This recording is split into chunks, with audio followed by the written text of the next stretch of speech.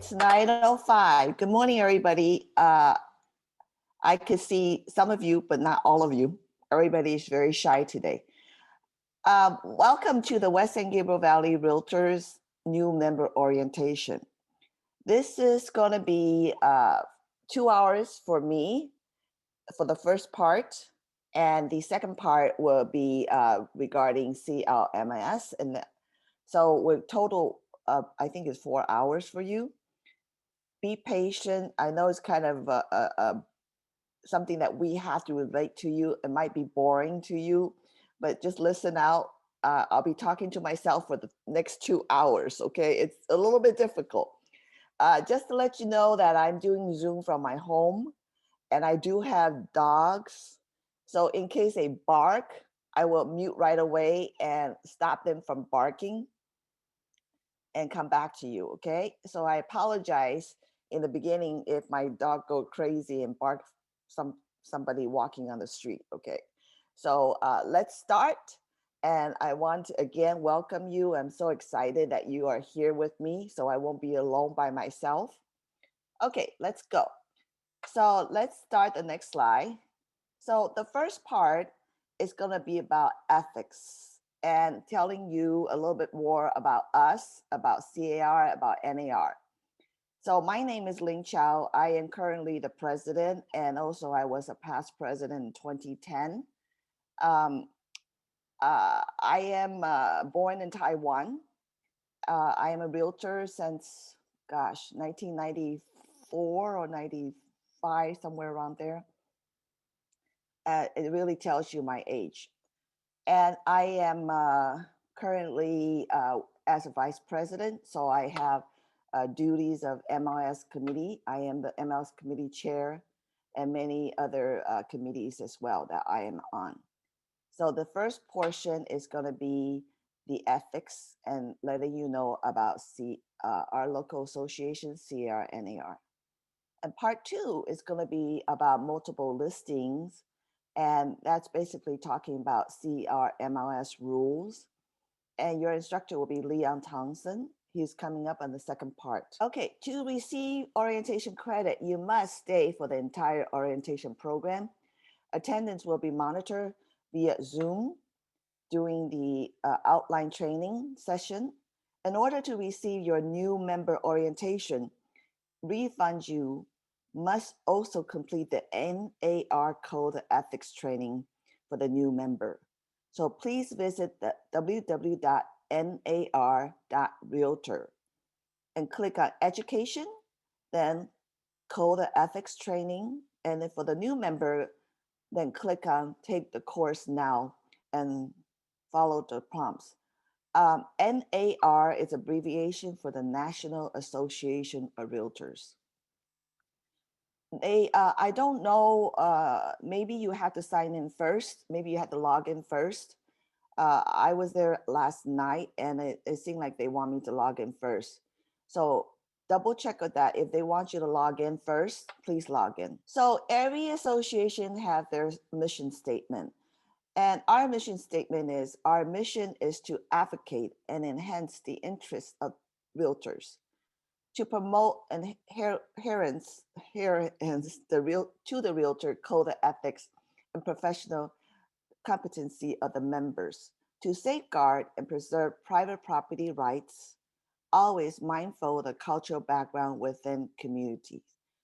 Every association has their mission, and this is ours. We are on social media, and we also have tax alert.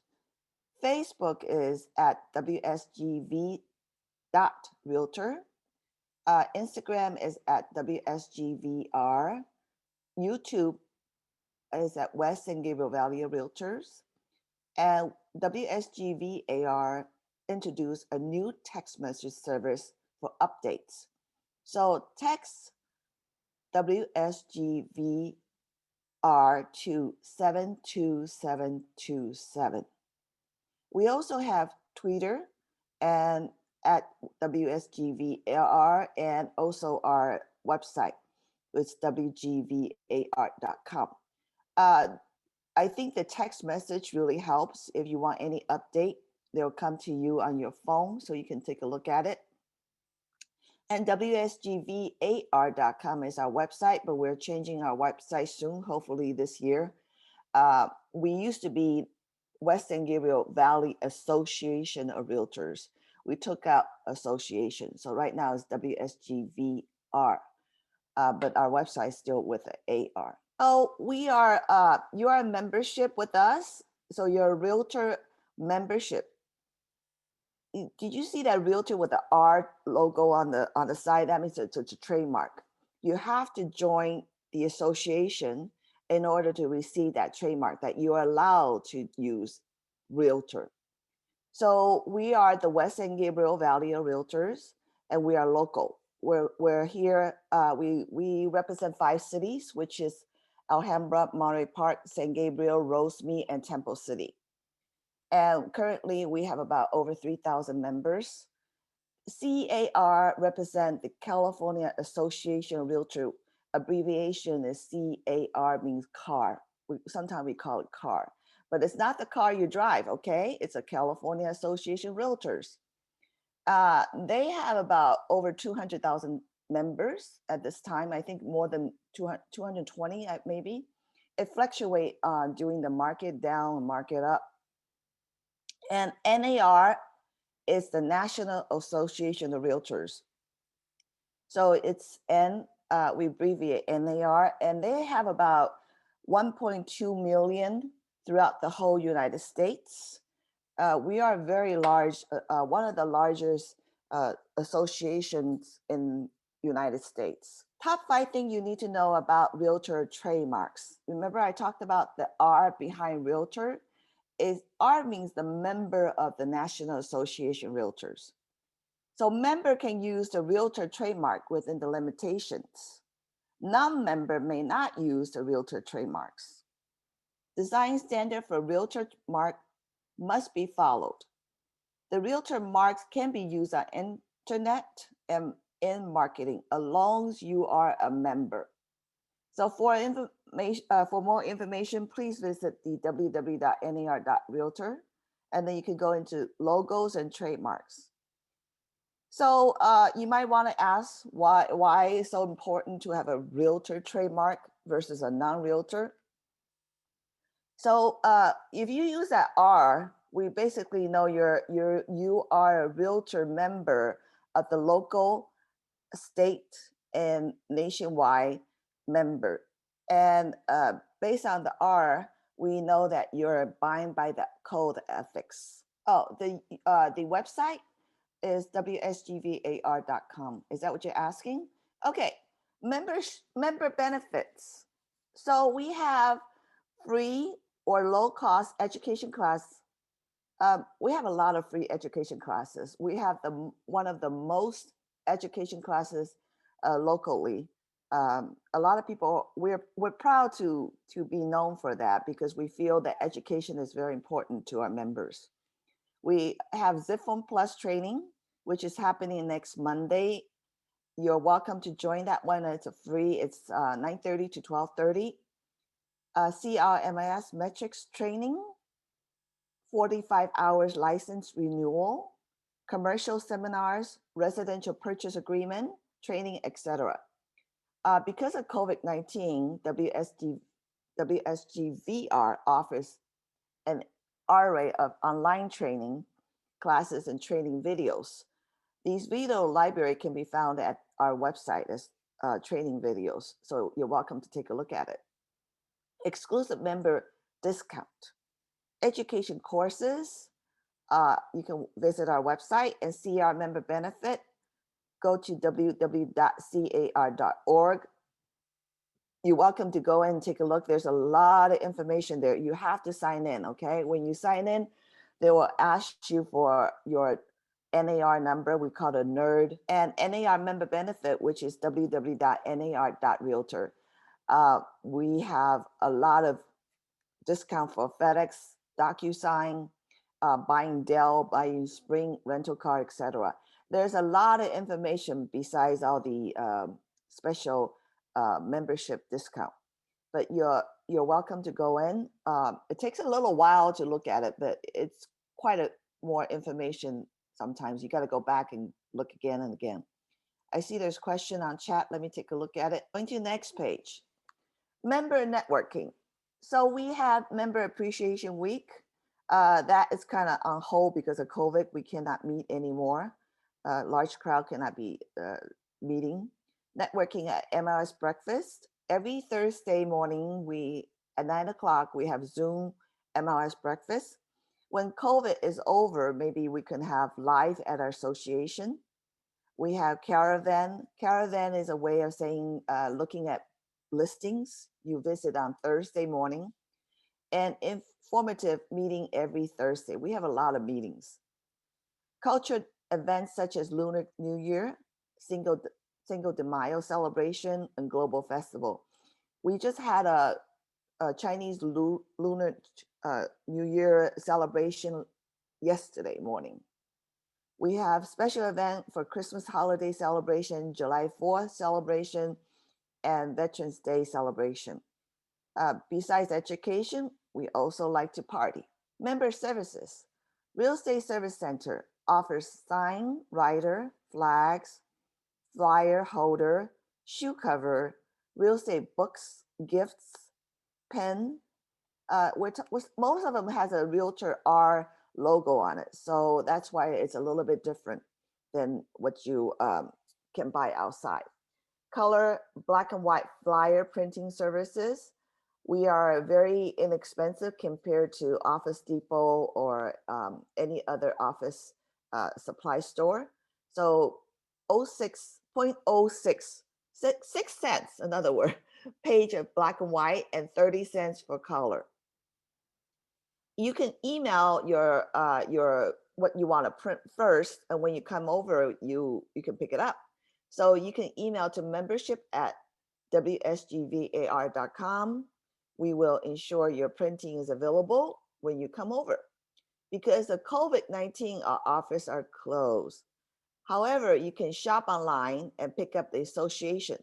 We're not open, but you can make appointment to come in as well, or knock on the door, see if anybody's there. There is people there, it's just that we're not open to public for you to come in. So make appointment and call before you come. I don't know whether we give our telephone number on the PowerPoint, but our telephone number is area code 626-288-6212. Member services, more, right? Zip Phone Plus, Zip TMS. You can learn that next Monday if you're interested. You have to learn Zip Form. This is where you're going to write your offers. You're going to have your listing contracts. Everything that you need is on Zip Form. And Zip Form is not owned by ZipLogic anymore. They changed to Lone Wolf. So Zip Form is a member benefit. You think that maybe you think why is it so why keep on saying Zip Form's member benefit? Zip Form is very expensive. Zip Form started in California and a couple of states joined, and currently Zip Form is nationwide. To join as a realtor, you get it for free. However, if you're not a realtor member, you're not a member of ours or CAR, NAR, you want to purchase, you're welcome to purchase. That is over about $1,000 a year. So it is very, very expensive. And you get that for a minimum price because, actually no price because it's free for you as a member. And of course, our forms are free to you. Some people buy forms from us because they are not a member. They just come in and buy blank forms. And transaction management system, all this you can learn next Monday.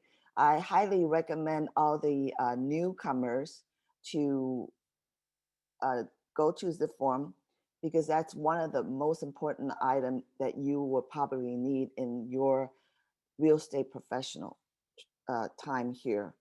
And Supra services, we have Supra Lockbox, and we have the e-key on your phone.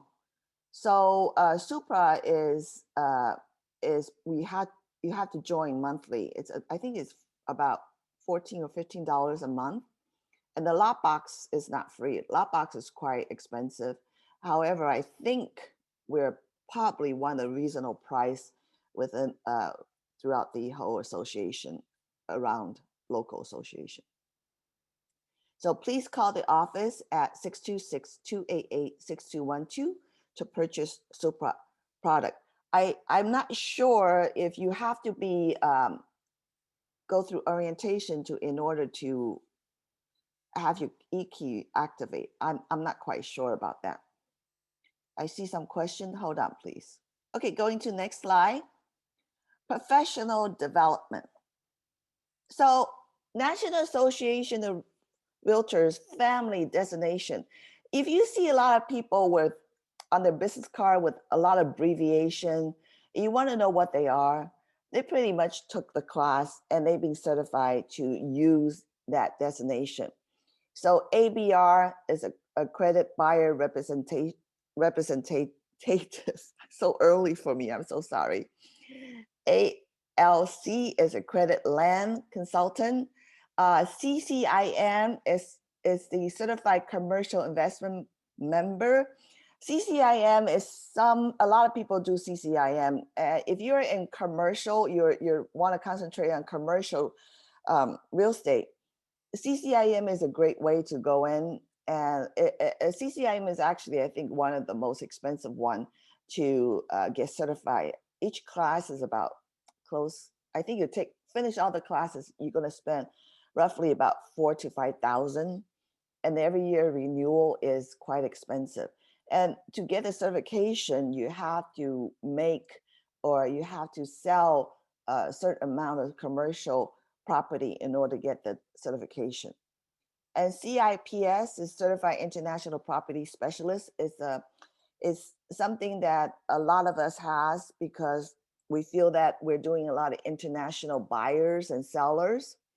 To understand about international transaction, that is a great certification called CIPS.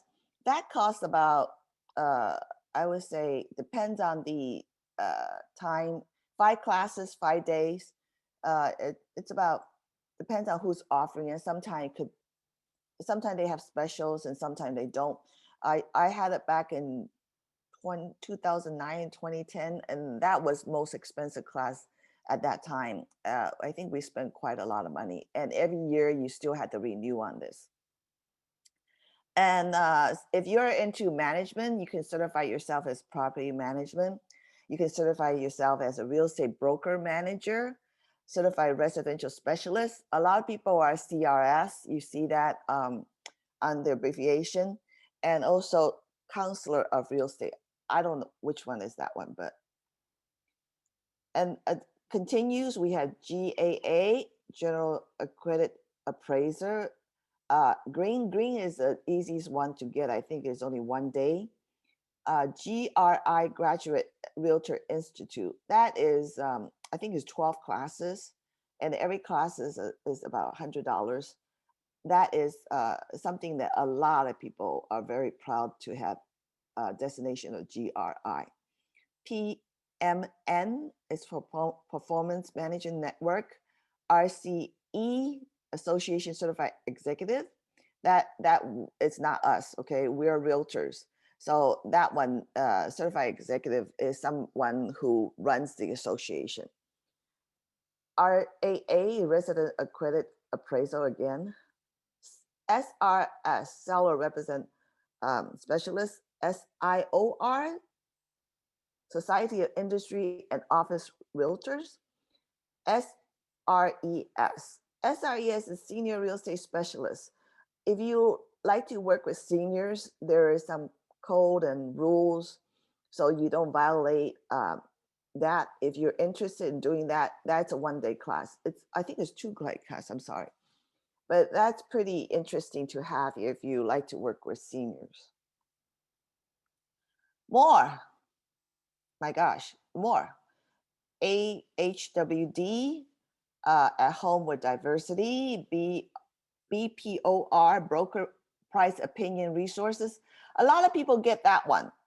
If you like to make a little extra money doing the short sales, a lot of people were hired to help the bank to do broker price opinion.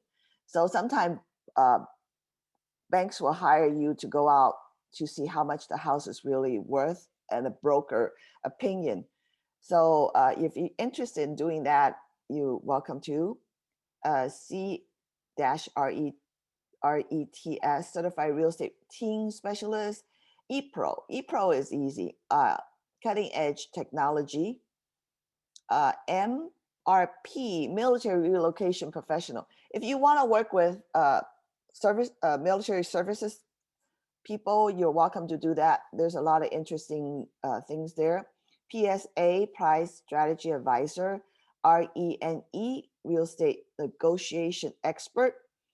RSPS, Resort and Second Home Specialist, Property Specialist. SFR, Short Sale and Foreclosure Resources. So I don't know anyone that has all the certification, but I do know that one gentleman has about at least 12 of them, and renewal fee each year is pretty heavy.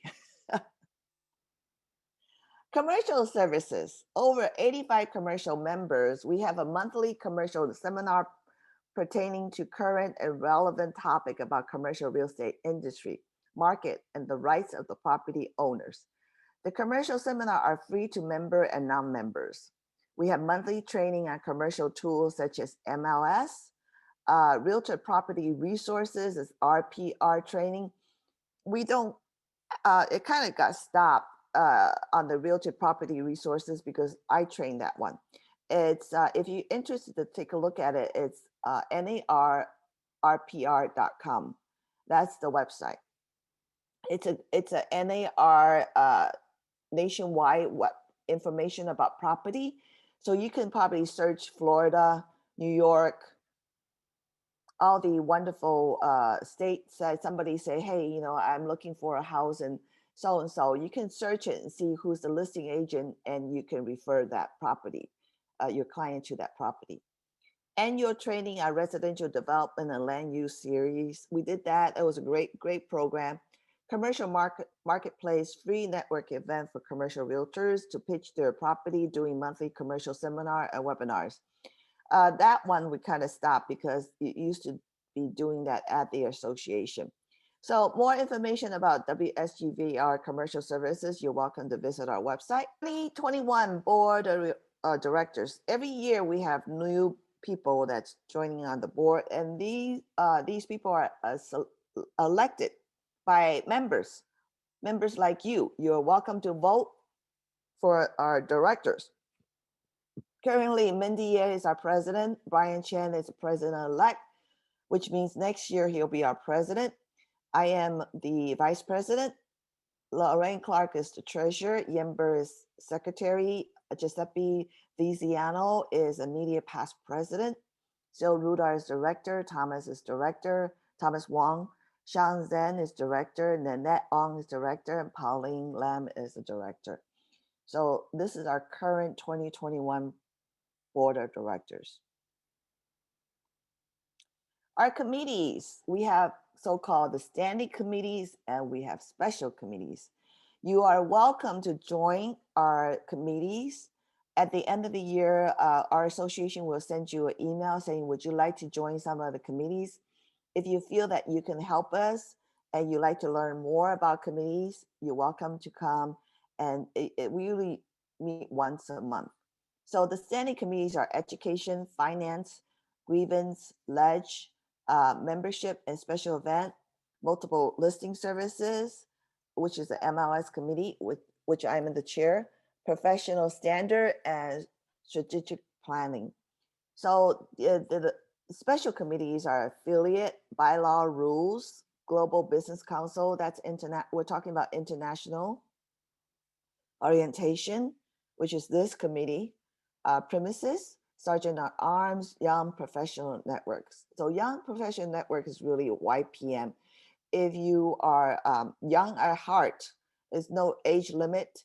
You're welcome to join, and if you feel that you're new and you want to get networking with the professionals, that's really a networking group. Our staff, of course, are Albert Tron. You see all these abbreviation behind his name, he took all those classes. Our, so we just talk about all these classes that we have from NAR to be certified. So he is certified with all these classes.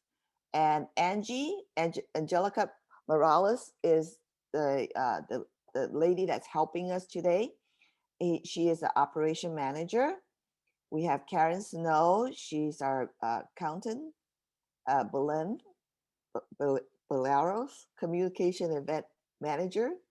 Fan Tang is, you see, she has also abbreviation behind her name, is an education and store manager. Christine Chan is member support specialist. Susan Crosstad is a member support coordinator. Affiliate members. Affiliate means that they're not a realtor, but they're doing business in our professional real estate transaction. They are attorneys, lenders, title, escrow, health and wellness, insurance, home warranty, home inspection, plumbers, repairs, any other real estate related company. Please support our affiliates member doing your real estate transaction. If you want to know who they are, they also we have a list on our website. And if you go to our association, we have a booklet about their company and how to get a hold of them. So CAR and CAR and NAR. So CAR and NAR, right? Annual events. California Association of Realtors. There are over 100 local associations and 32 regions in California. West San Gabriel is region 16. So we're number 16. We combine with another association. Okay, so it's West San Gabriel and Citrus is within one association. CI holds 3 business meetings every year as follow: February, April, and October of this year. We just had our Zoom meeting online with the CAR. Last year, we were pretty much on home. Everything was Zoom. So CAR has a customer service telephone number is 213-739-8227. There is a free legal hotline for members. So their telephone number is 213-739-8282. Please write that down. That would be the most helpful telephone number you will use for CAR. There is a free legal counsel on the other side talking to you. When you call them, you have to understand they're very, very busy. It's not because there's only one realtors. There is, I would say, over 10. There's over 10, not realtors, attorney, over 10, more than 10, or maybe 20 or 30. There's quite a few. There's a lot of real attorney on the phone. It's just that we are calling them, and it's kind of overcrowded on the line. So when you call, make sure that you understand you're not going to talk to someone right away. You might be on hold for a while, or they can call you back, and they do call you back. So when you call, ask about question about a transaction that you're kind of confused, or a form that you're kind of confused, or a situation with your other agent in the transaction, or something happened in the transaction, you're not sure whether that's legal or not legal, what's happening, you're welcome to call them. And when you call them, they'll say your name, your company name, either your DRE number or your NER number, and they'll say, are you working? Are you the listing agent? Are you the buyer's agent? Are you the seller agent? Are you the buyer agent? What company? And who are you dealing with on the other party? You know, why they ask you is because if you call first, let's say I'm calling, and then I say, my name is Ling Chow, and I'm working on this. I'm from so-and-so company. I'm working at this property address. So let's say Angie is the other real estate agent. If she call after I call, they have a record that I called already. They will tell Angie, hey, I can't help you right now because I have already helped Ling on this transaction. On this, unless you have something to ask other than this transaction, I can help you. But this transaction, Ling has called already, so you have the right first choice. But please call first, okay? If you have any question. For more information, please call WSGV. I'm sorry. Please visit car.org. I'm so confused about website now. The National Association of Realtors. There are 54 state association and 13 region in United States. So we are, California is the region 13, and we're with Hawaii, by the way. Our region is with Hawaii. NAR events, we have legislative meeting on May in Washington, D.C., and that is right now going to be on Zoom because we, COVID, they don't want us to travel there. And Realtor Conference and Expo, which in November in San Diego, very close to home. So if you're interested to go and visit the NAR Expo, Conference and Expo, you're welcome to. It's a big event. There will be a lot of vendors there, a lot of free education classes. So it's kind of fun. You get to learn a lot. You get to see a lot of people from throughout the whole United States.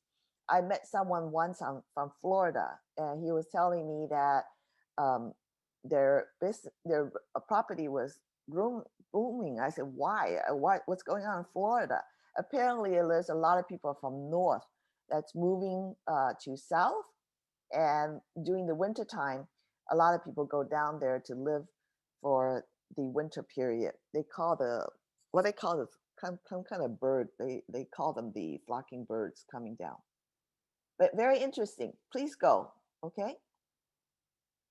So Realtor Political Action Committee is the National Association. It's hosted by National. So what we call a RPA.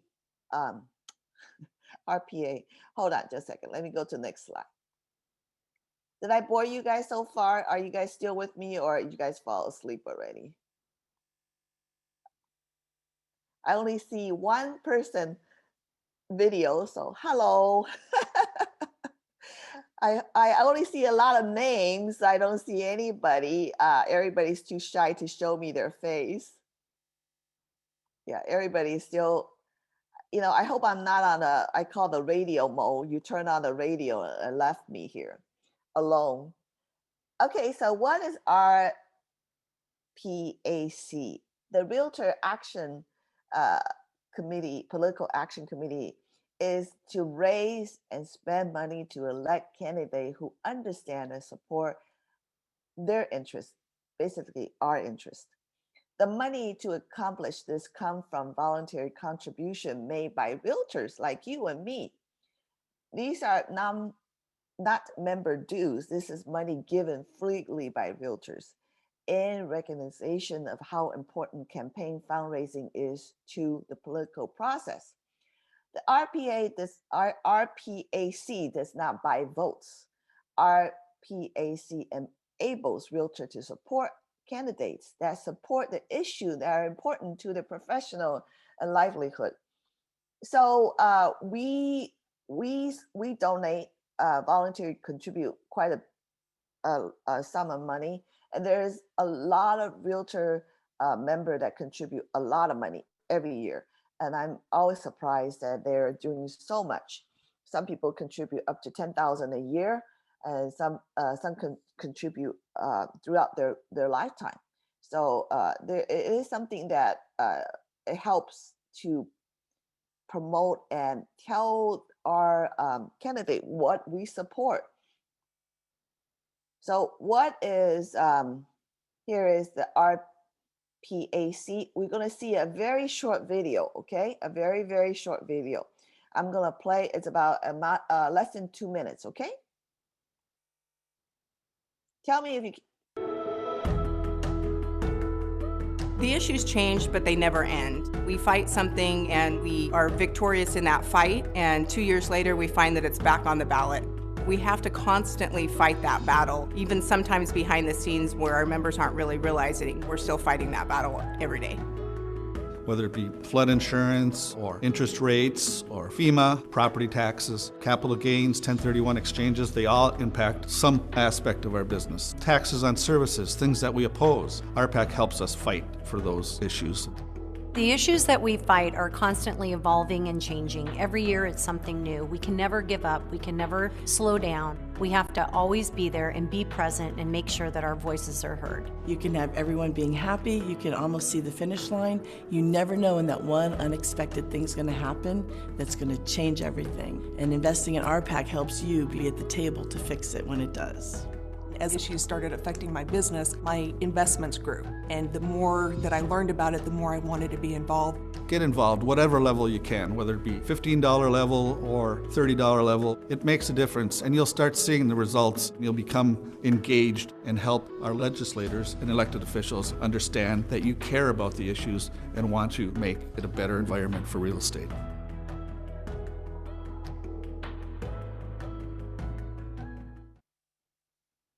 Okay, that was a little short. Oh, what happened? Okay, here it goes. So that is a little bit about the contribution, where it goes, and how to fight for our causes. There were times, it happens in CAR and also happened in NAR. There were times that the banks would like to do real estate within, to help their customer to buy and sell their properties, and also to fund the loan, of course.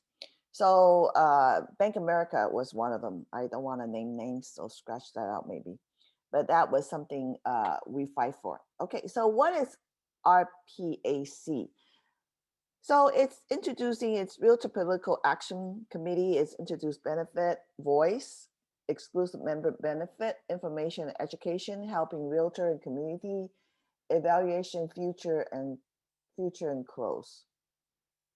So there is the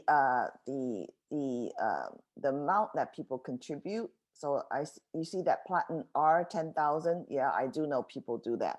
So every year they renew 5,000. Sometimes they still put in 10,000. And Golden R is 5,000.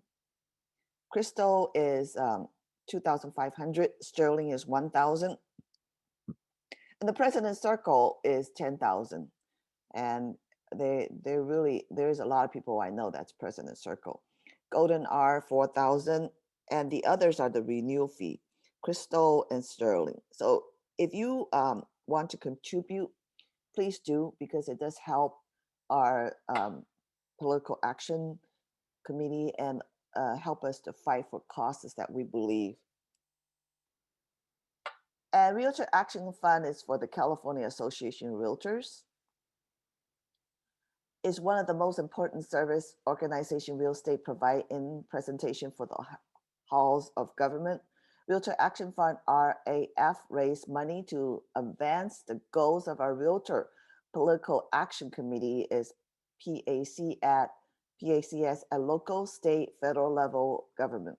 RAF support and or oppose candidate for election office, elected office who understand or don't understand realtor issues prospectively.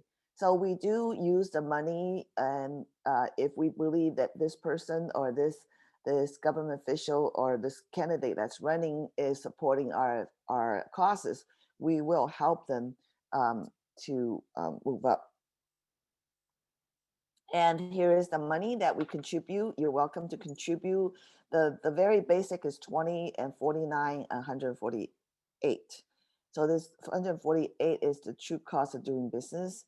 Of course, we have the 449, which is the Silver Bear, California Silver Bear, and NAR, again, is the number that we talked about before.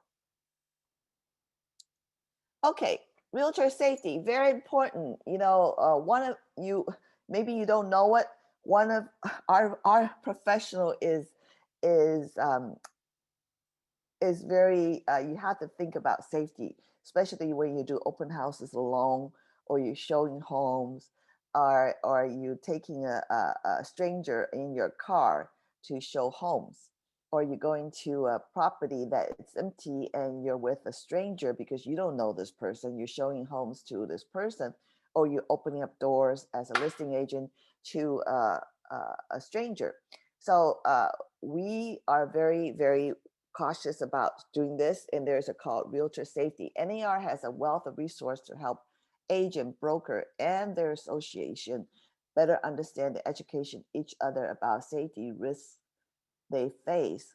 From planning your safety strategy to extensive safety resources, including apps, products, and educators, NAR mainly useful item for all real estate professionals, including regulation, schedule safety webinars, numerous article, organization back category, video, and safety alert program. NAR further offers the Safety Matters, Safety Business Equals Safe, Smart Business course free of charge to state and local uh, realtor association. So be careful out there, okay? We're vulnerable to be hurt. Someone might hurt us, okay? Let me go into the next slide. So we're gonna look at a very short video about safety.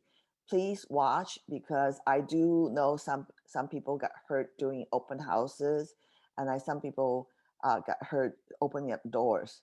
Uh, I don't know them personally, but they're on the news a lot. Let's watch this video.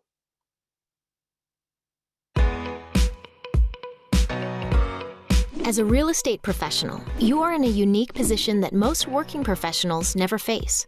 In your business, you often share your contact information openly with others, meet unknown clients, and walk through vacant properties, to name a few. It's because of the unique nature of this business that it's critical for all real estate professionals to have personal safety protocols in place that you follow every day, with every client, every time. So what kind of safety protocols should you implement into your daily routine? Here are a few to consider. When meeting a client for the first time, do not meet a new client at a property right away without first having an initial meeting at your office or a public space, like a coffee shop. During the initial meeting, make copies or take photos of the client's driver's license and pre-approval letter for your records. This precaution allows you to keep a record at the office of who your clients are, their information, and a calendar of appointments. When first meeting with a new client, you should discuss the types of real estate they're interested in and walk them through the safety protocols you have in place for all clients. Now you can arrange showings, meet them at properties, and schedule open houses to help them through the biggest financial decision of their life. When viewing a property, it's okay to ask your client to drive separately. This is a safety precaution for you as much as it is for them, not to mention you might both have appointments to go to before or afterward. Hey, this is cute. As you tour a property, walk behind your client.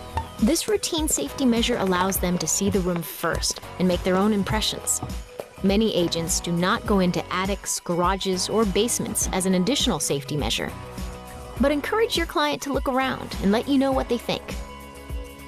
It is a safe practice to only show vacant properties which might not have electricity during daylight hours.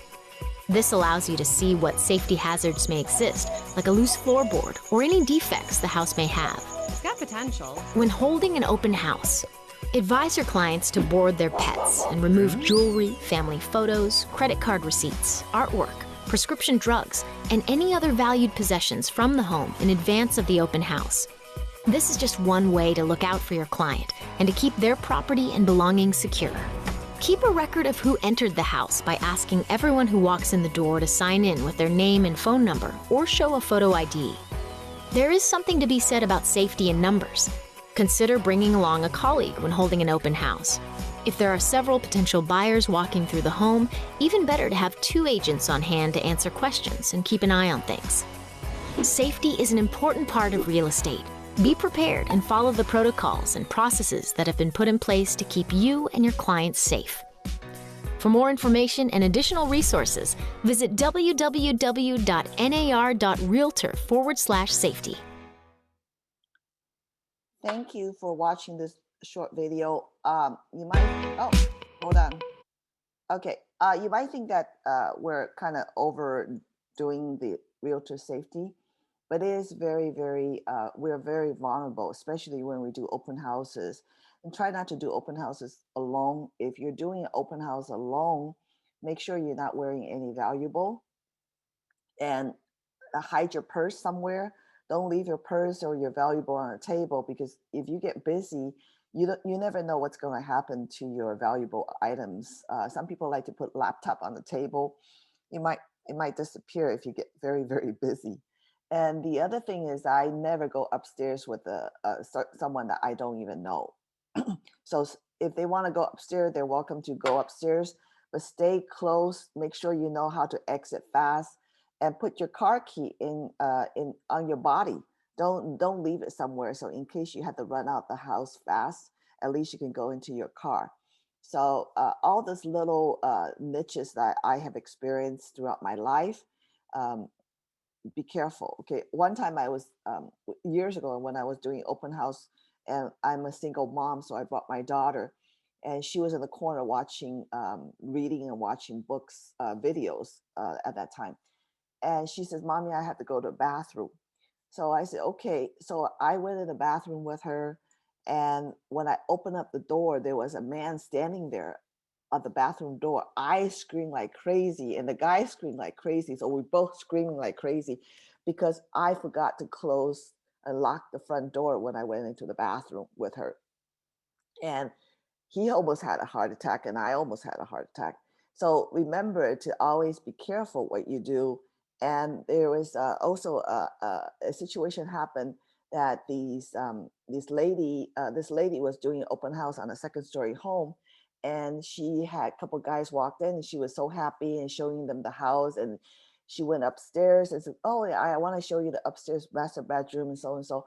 And she walked upstairs and nobody followed her. She turned around, she saw the guy had a gun pointing at her and tell her to come down, and she had to remove all her personal uh, valuables to the guys. So just be careful, okay? This all this happens to us, okay? When you're showing home, when you're doing open house, or you're going to open up a house on a vacant house, especially a vacant house, sometimes I don't even go in. I just stay by the door and says, "You're welcome to go inside and take a look. And if you have any question, I'll be here waiting for you." So don't go and be so bubbly and showing, "Oh, this is a great house. This is." Just stay close to the door, okay?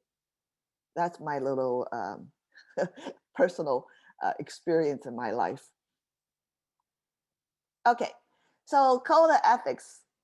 Because you're a realtor, you're buying by the code of ethics. This is the good things. We're so excited to show you this. Okay, why are we buying for the code of ethics and standard practices? Because we believe that if you're a realtor, you have to be professional. In order to be professional, you have to understand what we're talking about. And there's one chat. Let me see. Angie, text something. Okay, so we have code of ethics. You can download this at the NAR website that you're going to take a test on it. we are supposed to take code of ethics class every 2 years. So if you take it now, you have to take it again in 2 years. Like me, I had to take it by the end of this year in order to have my real estate license, my not real estate license, my membership renewal with NAR. So we are very, very, we feel this is very important.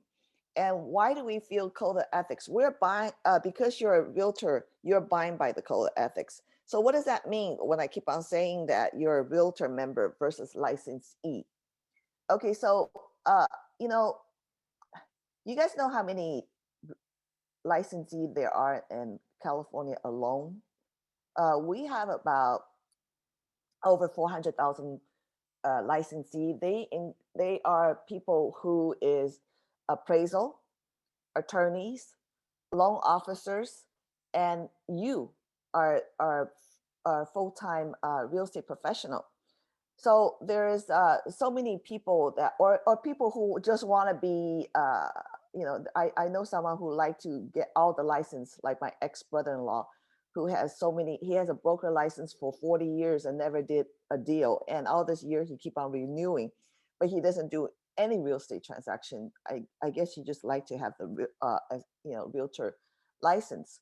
I mean, not realtor, real estate license. So they are licensee. You're a realtor because you join our association. So there is a difference in maybe not to Department of Real Estate, but in our eyes, we are more professional and we abide by the code of ethics. So how many code of ethics we have? We have quite a few, all the way to 17. So there is one called duty of the client and customer. We feel that is very, very important. So when we represent buyer, seller, landlord, tenant, and other clients, such as an agent, realtor pledge themselves to protect and promote the interests of their client. This obligation to the client is primary, but do not relieve realtor of their obligation to treat all parties honestly and serve a buyer and seller, landlord, tenant, or other party in non-agent capacity. Realtor remains obligated to treat all party honestly. So that article number 1 is very important to us. And of course, duty to the public, duty to other realtors is article 3. So there's more to come. What happened to the slide? Did I miss something? Okay, so duty to the public, I can read a little bit to you. So realtors shall avoid exaggeration, misrepresentation, or concealment of pertinent fact relating to property or transaction. Realtors shall not, however, be obligated to discover latent defects in the property, to advise on matter outside the scope of the real estate license, or to disclose facts which are confidential under the scope of agency or non-agency relationship as defined by law. So this is article number 2. Article number 3 is realtor to other realtors. So because you have to, when you're dealing with another realtor, shall cooperate with other broker except when cooperation is not in the client's best interest. The obligation to cooperate does not include obligation to share commission, fee, or otherwise compensate another broker. So the article 3 is you're looking at very shortly, but there's a total of 11 standard practice on that one. I hope that you guys, when you guys take the code of ethics to try to understand, we do have a committee called grievance. If you feel the other party that you're dealing with is not bound by the code of ethics, you can file a complaint with the grievance. And if you feel that the other party is at fault, we'll move up to professional standard, and that we're going to have a hearing that's held by 3 experienced, trained realtor members of ours to decide whether your complaint is ethics or is not. So we do go by the code of ethics, and we feel very, very proud that we are. When you take the code of ethics, please check and try to understand. The newest standard of practice 10.5. So article 10 is about, too many articles, okay?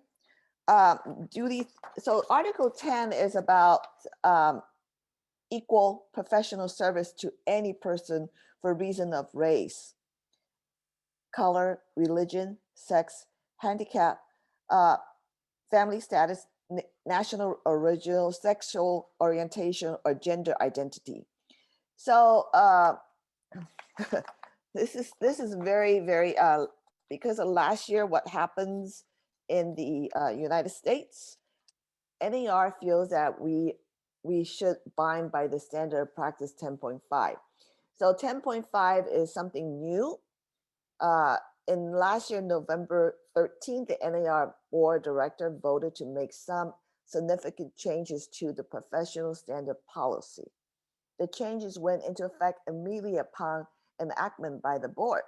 So they voted to do this, okay? Add the new standard practice 10.5 to the code of ethics, stating that following: realtor must not use harassing speech, hate speech, epithets, or slur based on race, color, religion, sex, handicap, familial status, national origin, sexual orientation, other gender identity. So what it really meant is that if if this also follows on your social media. So effective November 13, if you post or say something that has to do with this, you're in violation of new standard practice at 10.5. I will have a class in our breakfast meeting on April, I think it's April 1st week. Sorry, March 4th, to talk about the standard practice 10.5. You're welcome to join us. You know, the harassing speech, the hate speech, you can't steer them, you can tell them, or you can't, because they're saying that we tend, even though we don't know it, sometimes we say something that might be offensive. And if you post something or somebody say something and you post, oh, that's right, you could be fined. So if you agree on somebody else's statement of regarding race, color, religion, sex, whatever it is, you're a realtor. You're bound by the standard practice 10.5, and this is because we NAR feels that you're a realtor. You should be professional. You shouldn't do anything like that. So be careful out there, okay? Harassment. They only say harassment speech and hate speech. Harassment can be just a look or a glare or something you feel uncomfortable. They can complain, okay? Just be careful out there. So here it is. We have so many code of ethics. Of course, this is the 1 to 9. We talked about 1, 2, 3 in self-dealing. So you disclose your license. You have to disclose, okay? If you're buying a property yourself, you have to disclose that you are a licensee buying the property yourself. You represent yourself. Self-dealing prior to rendering. Number 5 is opinion of value or other service inform seller that your interest to purchase. 6, self-dealing, no secret profit. If you're making money, you have to disclose. You have to disclose to the seller.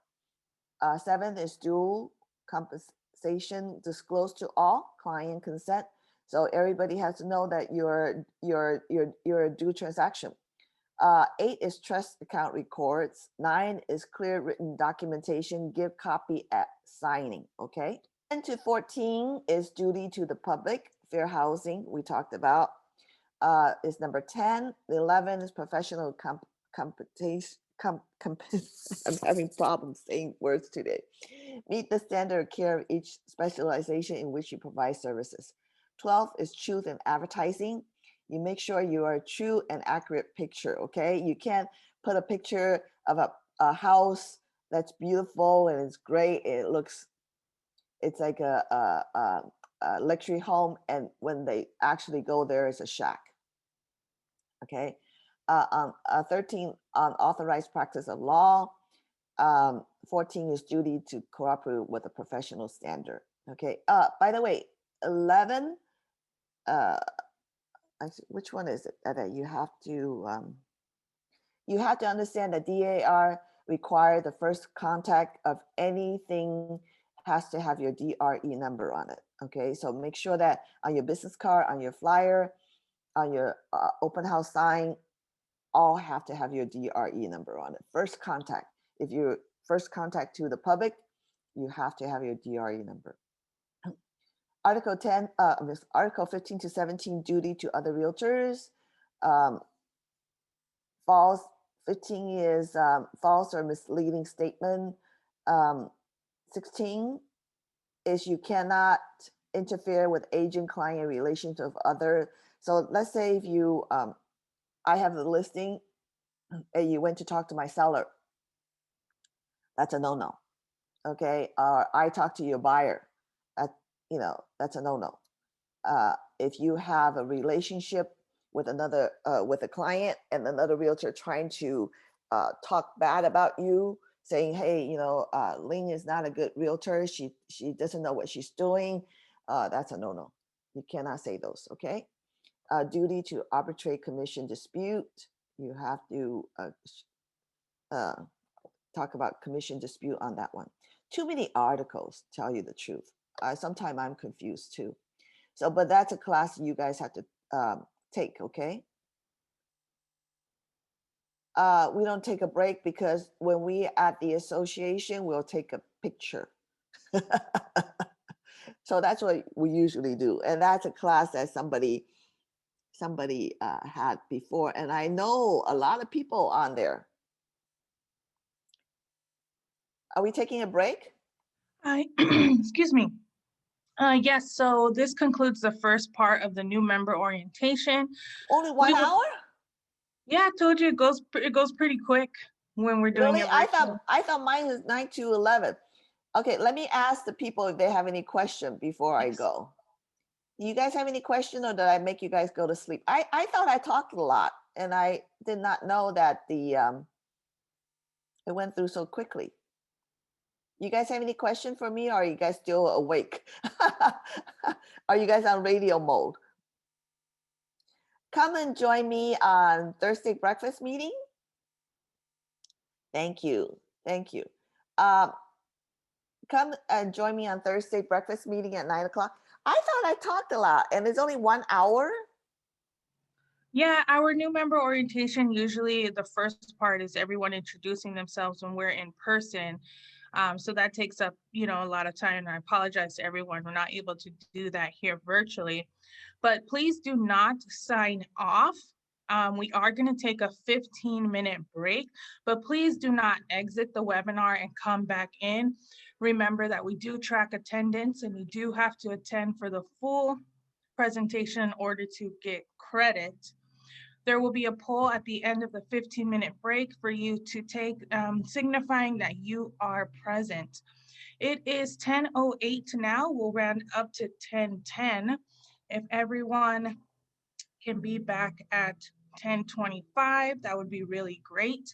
Please also visit our website at www.wsgvar.com and click on the education tab. We are having a free zip forms class on Monday that will teach you the basics of navigating zip forms, the software used for your contracts, on Monday.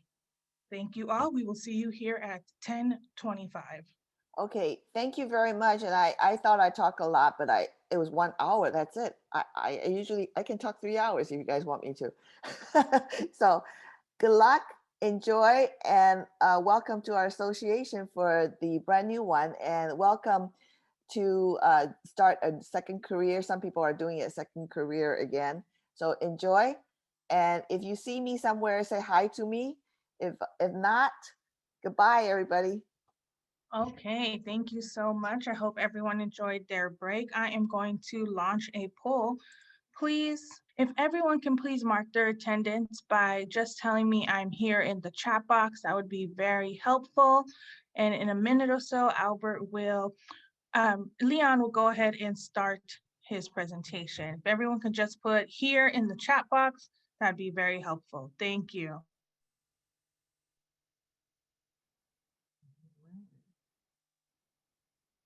Welcome to part two. Still getting used to this online actual orientation class. But my name is Leon Townsend. I have been a realtor for almost 6 years now. September will officially be 6 years. We're going to go over part two. Part two is the MLS, right? MLS is probably the most, I wouldn't say tedious, but it's the most important part, but it also has a lot of things that we have to be aware of when it comes to listings and presenting information to our buyers and to our sellers. So when we are in these appointments and when we are out there, doing the things that produce income for our families and for ourselves, we have to make sure that we are doing things the right way.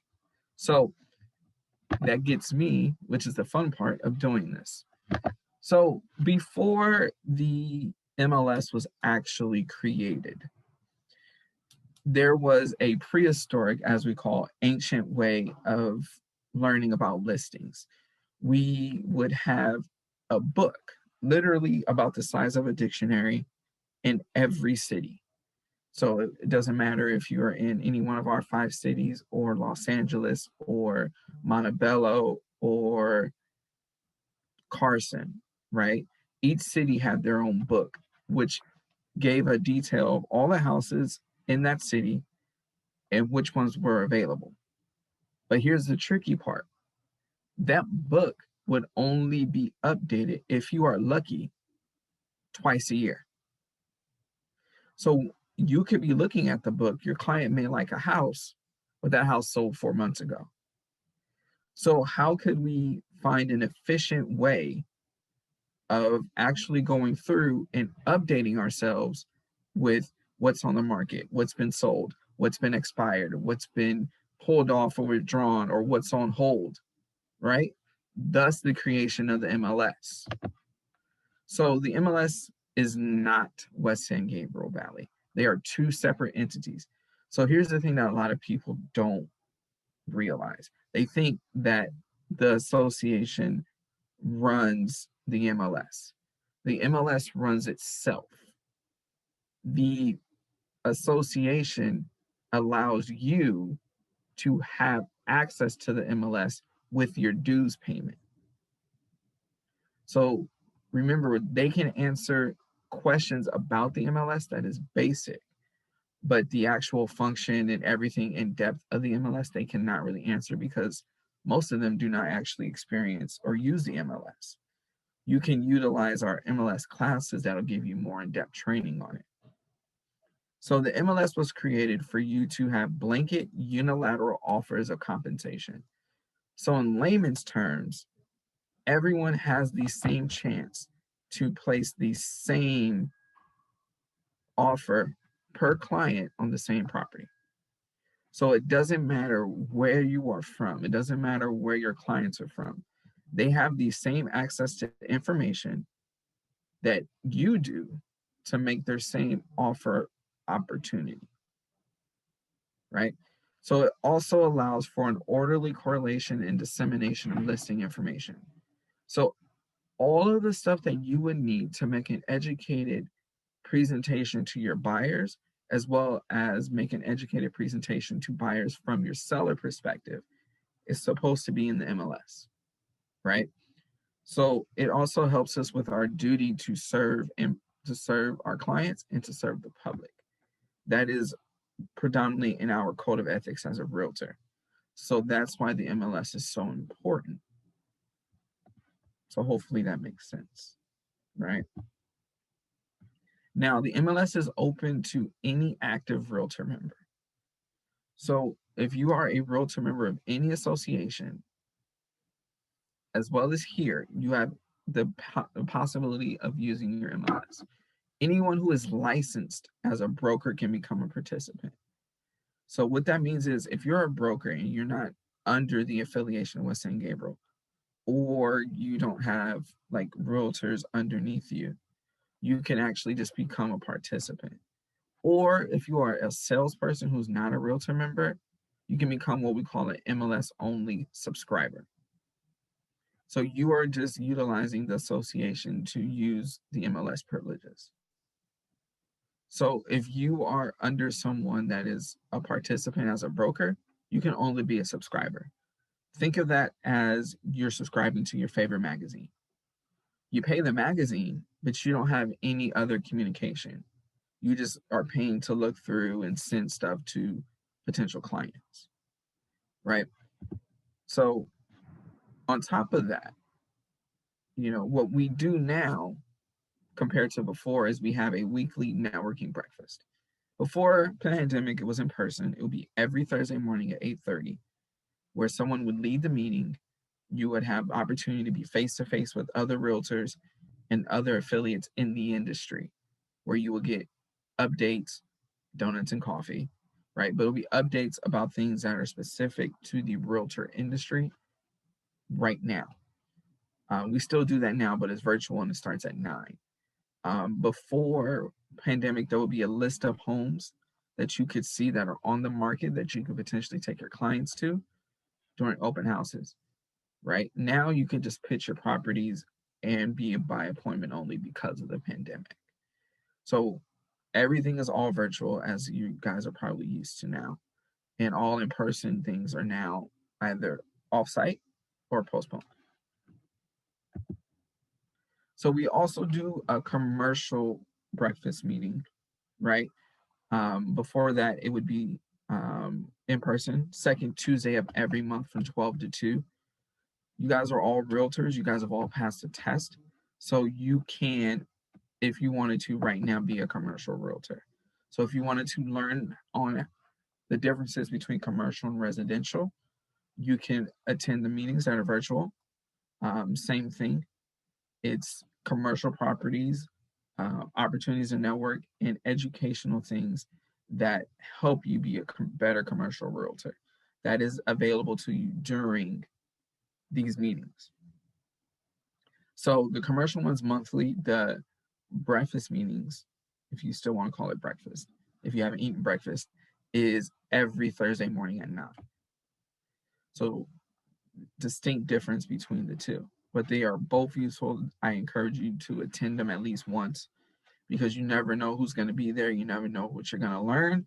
And you also never know exactly what opportunities may come out of those pop-ups, right? I call them pop-ups because you pop in and you learn something and then you leave. So also, when we have complaints, right? We're in an industry where, it's an emotional decision on both sides. It's an emotional decision to sell a house. It's an emotional decision to buy a house. And, emotions can run high, feelings can run high, frustration can occur, right? So not only is it part of our code of ethics, but it's expected that any disputes that happen, most of them are money related. You will learn that very quickly. It is an expectation of us to dispute things professionally. And what I mean by that is, if it's an ethics complaint, if you feel like someone is discriminating against your client because of gender, sexual orientation, religion, ethnicity, right? All of those fair housing things that are pretty much illegal in our industry to discriminate against, you would take that up in an ethics complaint, which goes to the grievance committee. Then the grievance committee actually decides if it needs to go to professional standards. So they want to make sure that there's enough information for procuring cause to go see the professional standards. So when we have money disputes, straight to arbitration. Arbitration is a third party that is someone who is completely neutral, not a realtor, who handles the disputes on money issues. All right?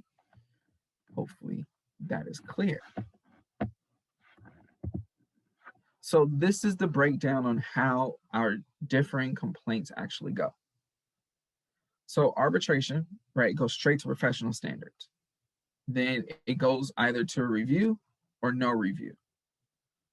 So does anybody know the minimum amount of compensation you can offer a buyer's agent on a listing?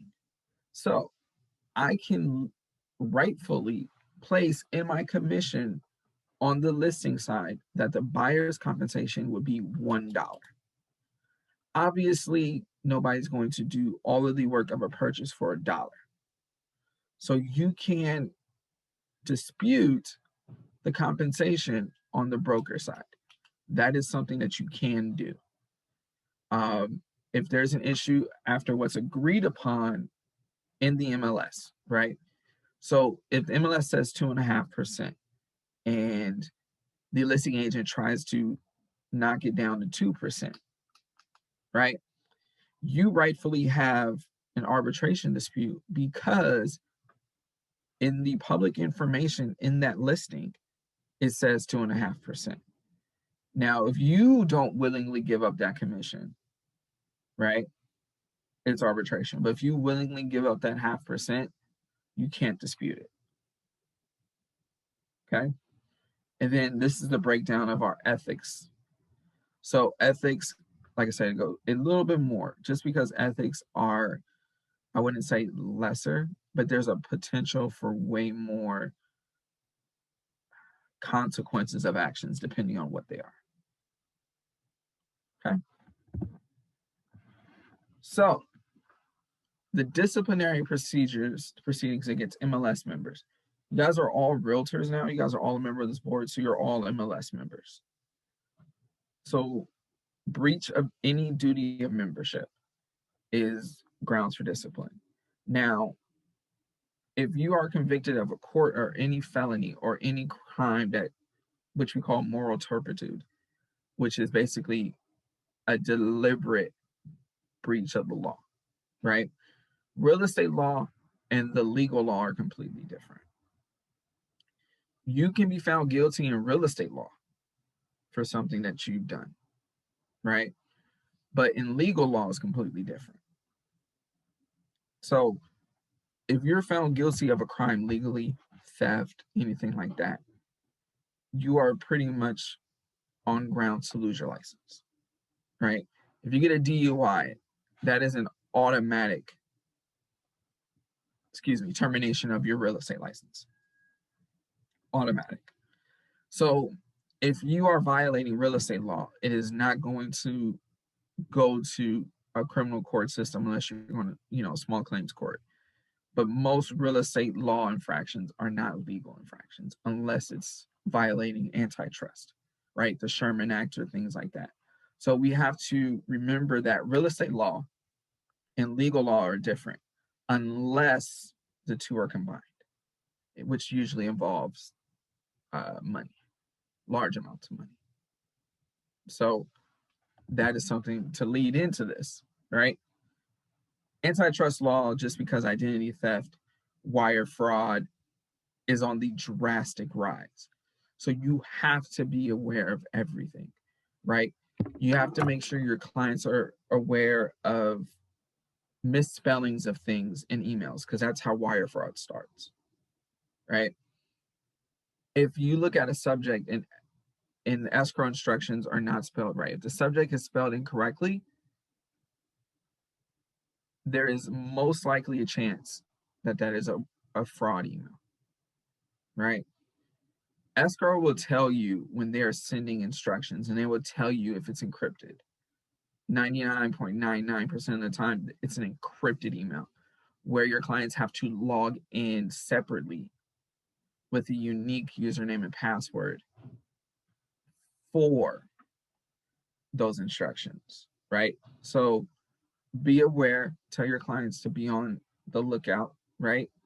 You also have to make sure that you're not engaging in any illegal trade or antitrust, right? No conspiracy. Also, there's no such thing as a standard commission. This is something that has been and needed to be evidently placed in marketing, right? When I became a realtor, I was always told that there was a standard commission agreement of 3% on my side. That is what we optimally would love to have as a realtor, but that is not how the rules work. All commissions are negotiable between clients and brokers, right? What's listed in the MLS is the exact expectation of compensation. Now, you can dispute it, but it's up to you to decide how far you want to go with that. So keep in mind that there's no such thing as a standard commission. You can say the word expected, but everything is negotiable, no matter what. Everything gets negotiated when it comes to commission, right? So I encourage you guys to write this number down. This is the support line for MLS.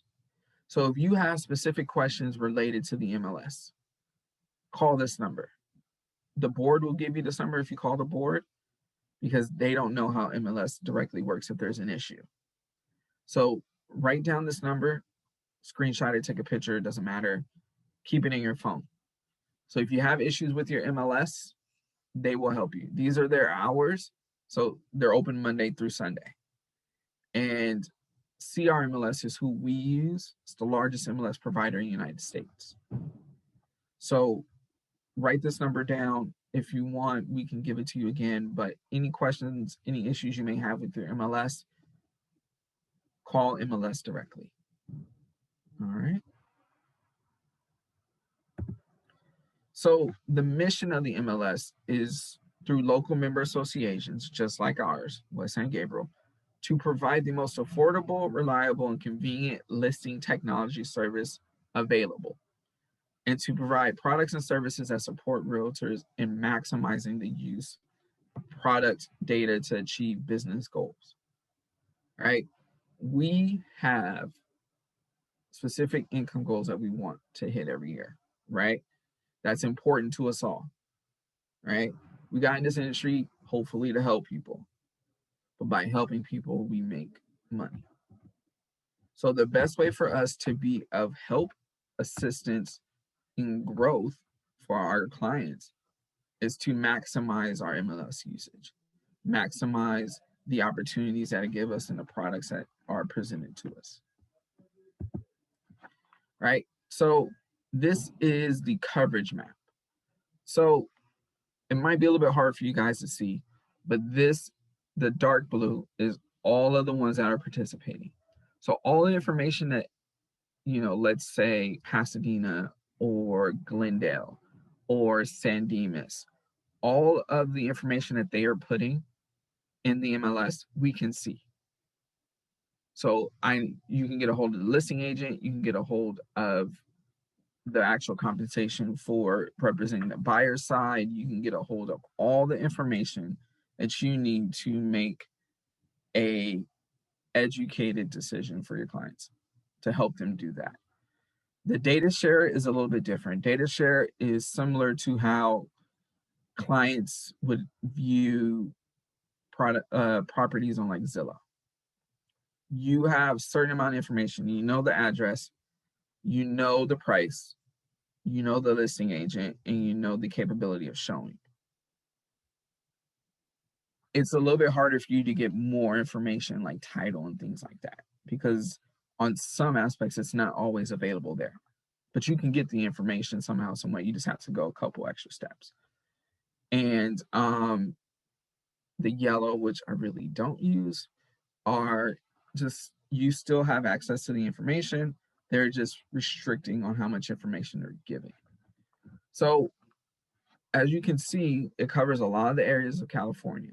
So if you have clients that are looking for properties outside of the area that you are naturally used to serving, right? If you have a client that wants to buy a property in like Shasta, right?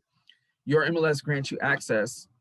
I'm not a geography person, but grants you access to look at properties in Shasta, and then you can look for an agent in Shasta to directly help and get the referral fee, unless you're willing to drive to Shasta. I'm not, so I would refer that out to someone that I learn and trust. So these are all of the associations that are directly affiliated with CRMLS, right? So we have Arcadia, which is one of our neighbors, Burbank as well, Pasadena. So you see all the information needed if your clients want to buy in any of these cities, right? Additional service areas. So if you knew someone that wanted to buy a cabin in Big Bear or to rent one, right? Rent one on a monthly basis or something like that. You have a limited access, but you can get a larger access from someone who's actually an agent there. So, it's a great advantage to have and to use the MLS. It's probably the biggest tool that you will use outside of yourself in growing your business. So I highly encourage everyone to use it wisely, to learn it. Download it on your phone, download it on your tablet, download it on, keep it as a favorite on your laptop. Keep it in consistent view so that you can become effective at it and become pretty much a maven. So you know exactly what to do. You know how to send, your client a text message with a link to the property from the app, which is very easy. I highly encourage it. Download it on your phone. They're all free. So anytime you download the MLS from, the Play Store or the App Store, it's completely free. All of our CAR products are free. the zip forms, all those types of things. Free downloads on the Play Store and App Store. So just some extra benefits from being a member of CRMLS. You get the matrix, right? Which is which we get to see. That's the actual name of the MLS, Cloud MLS. So if you wanted to give a presentation on a property, right? You wanted to get all the information, buyers, school district, what's close by, what's sold recently.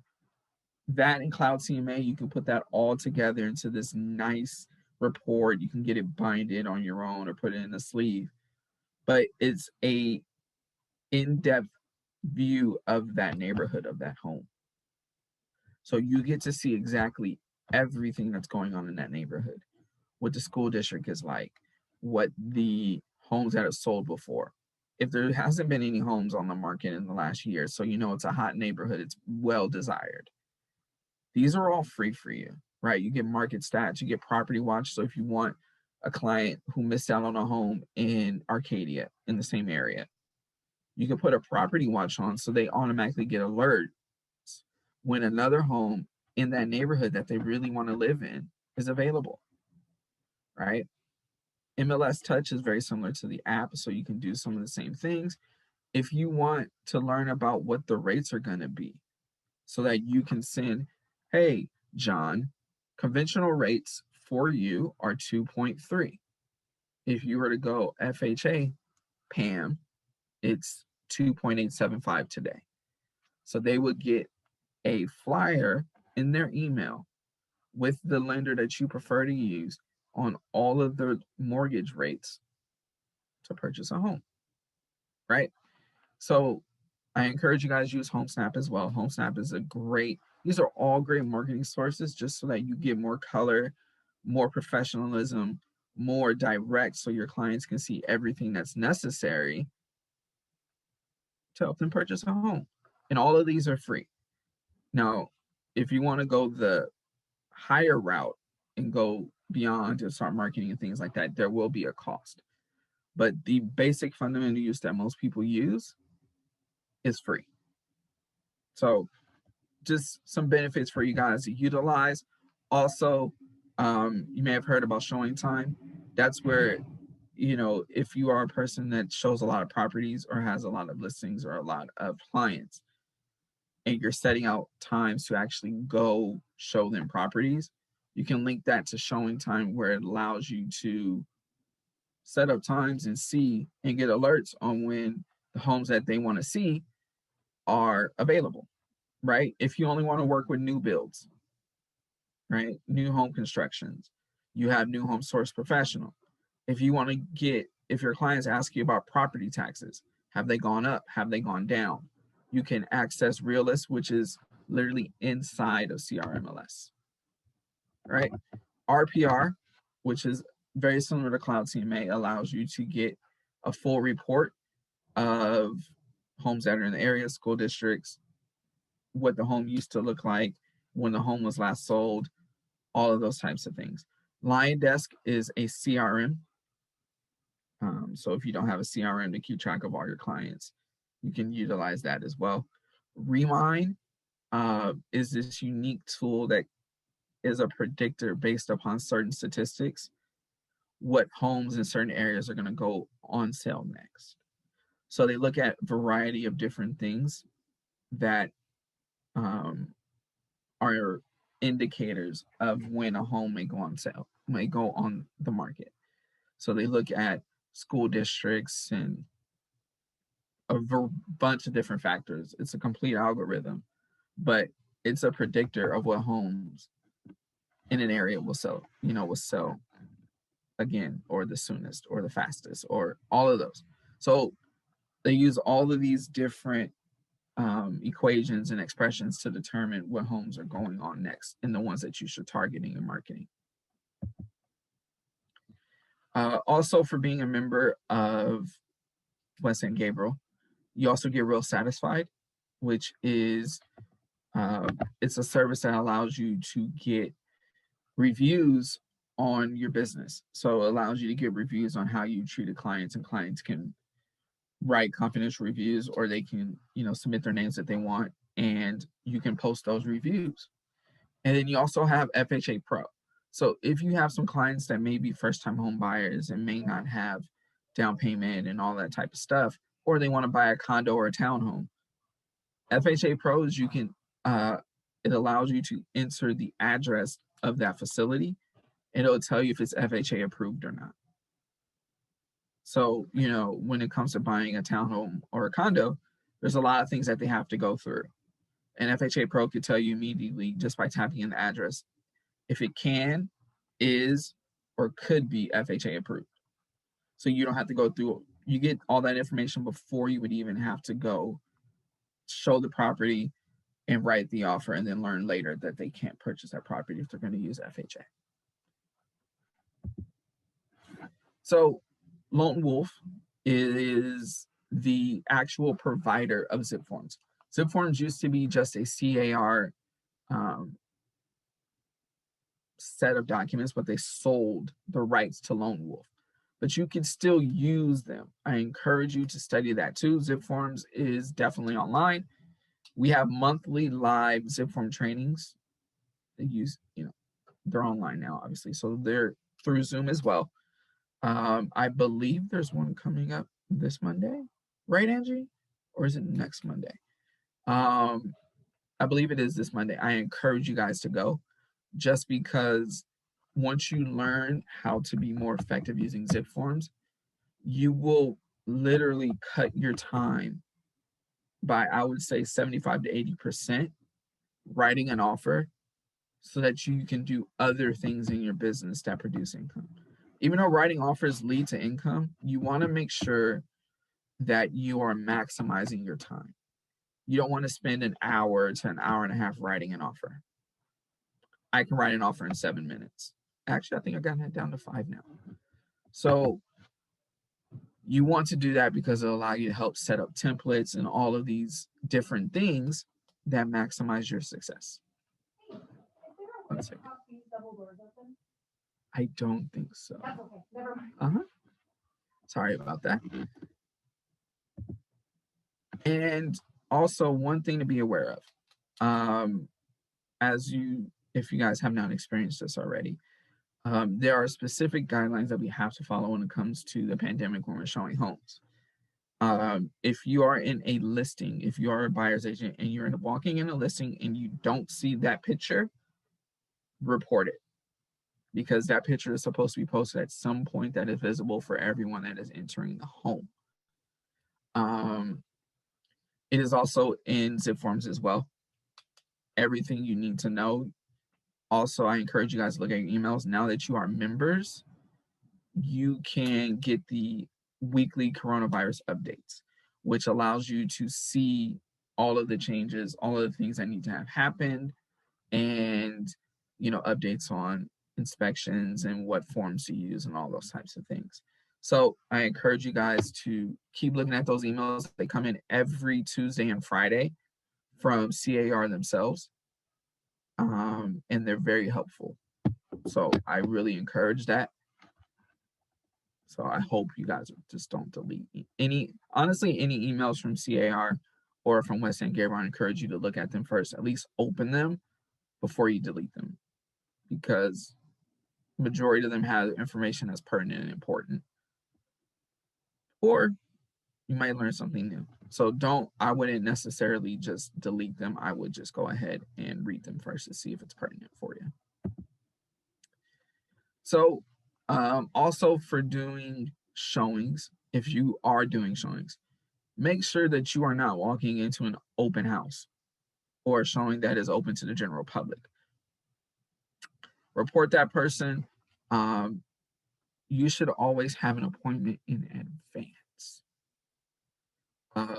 Anytime I go see a property, I schedule an appointment at least 24 to 48 hours ahead of time. So even if the home just got on the market, if it's coming soon, right? I ensure my safety and my client's safety. So I always make sure that even if a showing is running late, if I get there early and I'm waiting outside, that's great. But I also make sure that the agent is there if they say they're going to be there and they clean everything that they touched, right? It sounds tedious, but it's for your safety, right?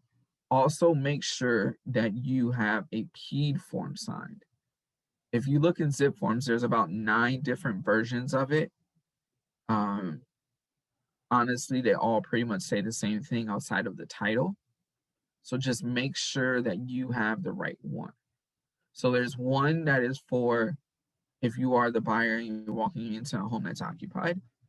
You have one if you're walking into a home that's vacant by the seller. You have one that you're walking into if the agent's going to be there. You have, it's highly encouraged that you don't go into a home that the selling family is there. So that just that runs into all these different, too many people at one time. It becomes a cluster. So you want to make sure that also the windows could be open or there is air blowing that gets all of that trapness out. So if there's booties, I encourage you to wear your booties as well, right? The little blue covers. Also, keep hand sanitizer on you. I literally, anytime I show a property, I carry a bottle of hand sanitizer in my pocket and I hand it to my clients before and then I hand some to them after, as well as myself, obviously. So you just want to make sure we don't know, right, if anyone has been exposed. So you want to make sure that you know that you haven't been exposed, but you don't know anyone in the house has. So it's not only the seller's responsibility to express that information, it's also your responsibility to make sure that you know that you haven't been exposed and neither have your buyers if you're walking into a showing. So just as tedious as it sounds, you just have to make sure that you are on top of your P's and Q's when you're showing property. So, it might be a little bit paranoid, but there's nothing more important, even in this business, than your health, right? And I don't know about you, but I would feel bad if I walked into a place, I didn't get infected, but my buyers got infected. Like my conscience couldn't live with that. So just make sure you're doing your due diligence and you're protecting yourself as well as your buyers at the same time. So RPR, which I mentioned before, right? If you have clients that are maybe potentially moving out of state and you want to help them with information, use RPR. You can brand with your name, your company name. You can add pictures. It's literally a do-it-yourself report, and it's completely free. So you could literally calculate return on investment. You can pull comps. You can send it literally everything that you need from this one app. So I encourage you guys, they are on the side of, if you are looking when you first log into MLS for the first time, they are on that side before you click on the matrix. So their little icons are right there, so you can go ahead and check on them there. So I encourage you guys to do that. Let's see. So we won't go into that. So this is how you would actually look for them, right? So when you first log in for the first time, this is what you'll see. And I encourage you guys to use some of these. If not, right, HomeSnap, that's another way. Here's the MLS app, right? LionDesk, the CRM, Rate Plug, which is using the mortgage. And so these are things that, you should actually utilize. And I hope that you do, because it is very, very effective for your business. It has helped me so much, and I wouldn't know what to do without it.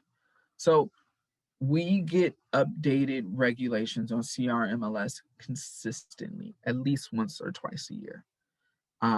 Utilize this link to have the rules and regulations actually available so that you know exactly what you're doing right and what you're doing wrong. Definitely important. So the clear cooperation, this has become effective as almost a year. So if you have a property that you got your first listing, you're excited about it, it is your responsibility to post it to the MLS, right? And if you don't, you're in trouble, right? So we are expected to have the availability to do this for everyone, right? So if I'm going to go ahead and like have a property on the market, I need to put it up between 1 to 2 business days.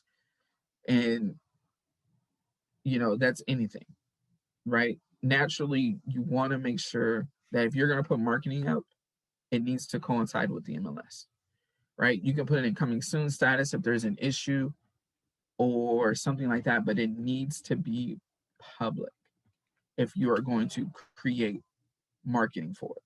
So just think about this. The home's not ready. That you got excited about this listing. So if you're going to create a flyer, post it in the MLS and let people know what's going on, because the public has the right to know, because it is public information. So basically, this is what's allowed. Once you sign a listing agreement, I have to submit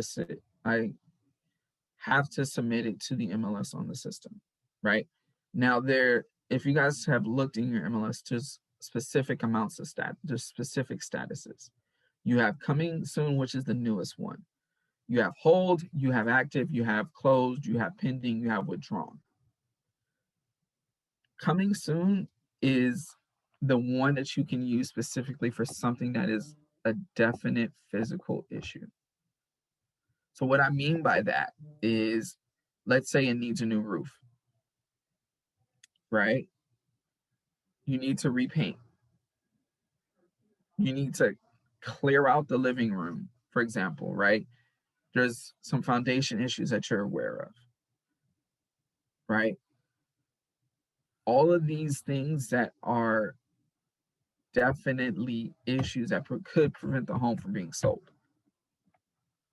you put in coming soon, right? Now, if you just need to move some boxes or to stage the home, it does not go into coming soon. So I want to make sure that that is clear and definite, right? I can be in coming soon for up to 21 days, right? So from today, the 19th of February, right? If I go 21 days out from today, that leaves us 28 days to March 12th.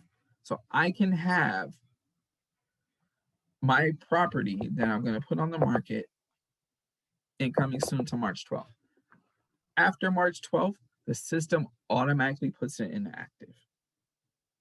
And now people can actually come in and do, show the property or anything of that nature. Again, like I said, March 12th, it'll automatically come into active. Now, one thing to know, if you are looking at homes and coming soon, you can look at them, you can send them to clients, but there's no showings allowed. You cannot show the property in coming soon, because that status was created for something that is a physical issue that hinders the ability for the home to be sold, in your opinion. So do not set up any appointments, do not set up any showings. You need to give that property time to actually be presentable to people, right? No ifs, ands, or buts about it. So if you feel it's in that status for a specific reason, leave that reason. But you can mark it for future showings and appointment availabilities from there. So also, one unique thing is, if you are in coming soon status, I can have blind offers submitted. So if your property may be a fixer or something of that nature, you can look at offers during this status stage and accept them or not. It's completely up to you. That's your complete call. Before you get your listing, there is a basis of things that you are responsible to do. You need to make sure that you get all of the information about the property. It sounds so simple, but trust me, it happens all the time. My first listing, I thought I got all of the correct information. I thought I was talking to the right person. When I went home, right, the person who I was talking to wasn't even the owner. Because when I did my research, the name that's listed on the property taxes was not the name of the person that I was talking to. It was the person who was leasing the property and renting the property out. He wasn't the owner. So I went back the next day to find the owner, and the owner was not selling.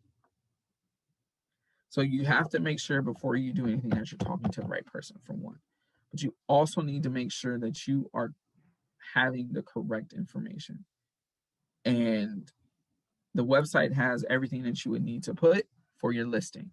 But also you need to make sure you put it in the correct category, right? Residential is 1 to 4 units, right? So residential can be a single family home, it could be a townhome, it could be a condo. That falls under the residential.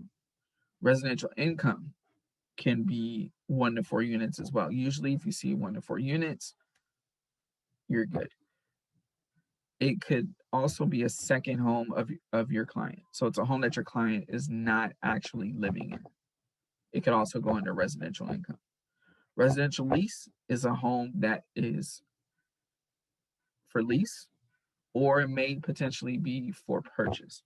You can have a home under residential for purchase and residential lease because they're two separate categories. That allows you to actually determine if you have a client that may want to sell but not sure, or they may want to lease the property and keep it, that's an option for them as well. So you can utilize both, but you cannot have a home under residential and residential income. So it has to fall into one category, right? Land and lot listings are just vacant land or land where a home is on a property and it's completely inhabitable. It has to be a home that you pretty much can't live on. That could be also under land and lot because that allows you to completely tear down the property for land value. You have mobile home, which is a home that is mobile, right? You can move it, you can take it anywhere. That is still real property. Commercial or industrial, a warehouse, anything that has that type of industrial feel, warehouse, like an oil rig or something of that nature, you can purchase those as well. Commercial lease, if you have a retail space and you want to lease it out, or you have a business opportunity where you have for sale like a shop, right? You have a shop in the front and then like you can live on top. So that's also commercial. Or if you are selling a property that you know is the business address and you're selling the rights to the business with it, all of those can go into the MLS, right? All of those are available for you to actually list, purchase, and create an income from, right? So when you are having a listing, you are the listing agent, right? When you want people to follow specific directions on how to see the property for their buyers, you would put it in the agent description. There's a difference between the agent description and the public description. The public description is for literally everybody to see, right? The listing description is only for agents. So any agent, right? Any participant or any member of the MLS can see only the listing information. Can't, so it's specific to those people, not anybody else, right?